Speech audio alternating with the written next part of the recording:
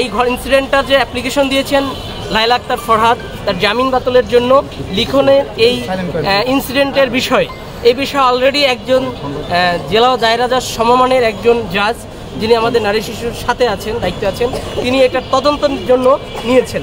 তো তদন্ত নিয়ে দেওয়ার প্রেক্ষিতে উনি আসলে মামলা করার কোনো সুযোগ আছে বলে আমার জানা নেই।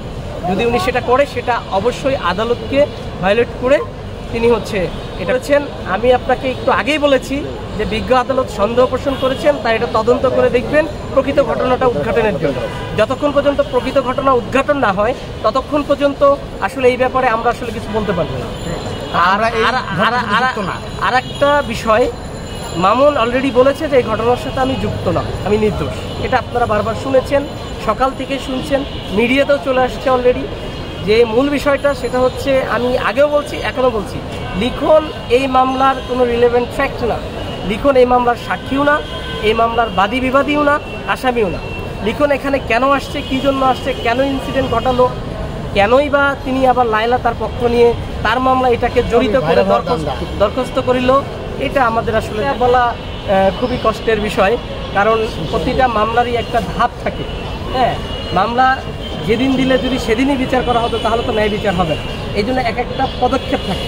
অলরেডি সাক্ষী চলতেছে, সাক্ষী শেষ হলে আর্গুমেন্ট হবে, 342 হবে, সাক্ষী পরীক্ষা, এই আসামির পরীক্ষা, সাফাই সাক্ষী হতে পারে, দেন আর্গুমেন্ট হবে, তারপরে রায় প্রচার হবে। এই জন্য যথেষ্ট সময় দরকার বলে আমি মনে করি। যেহেতু আপনারা দেখেন আগামী বর্তমানে অক্টোবর মাস চলতেছে, আজকে মেবি 29 তারিখ। তো 29 তারিখ আমরা পরবর্তী ডেটটা পেয়েছি কিন্তু জানুয়ারির 21 তারিখে, অর্থাৎ আগামী বছর। এটা লং টাইম। সো এই বিচারের বিষয়গুলো আসলে সঠিকভাবে বলা যাচ্ছে না। Thank you.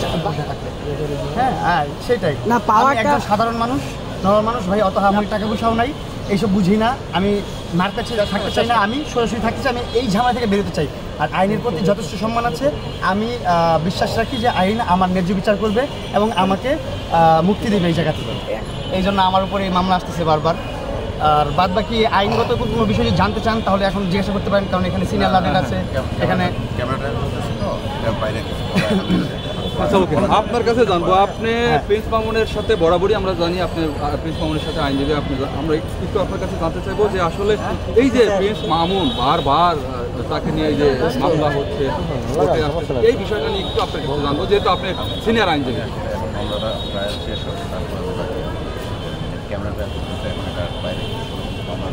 আমার লান্ডেড ভাই আবার ক্যামেরার সামনে এত কথা বলে না, এটা সব কথা হবে ভিতরে, আদালতের ভিতরে। ইনশাল্লাহ ভালো থাকবেন। আসসালামু আলাইকুম ভাই। দেশবাসীর উদ্দেশ্যে, দেশবাসীর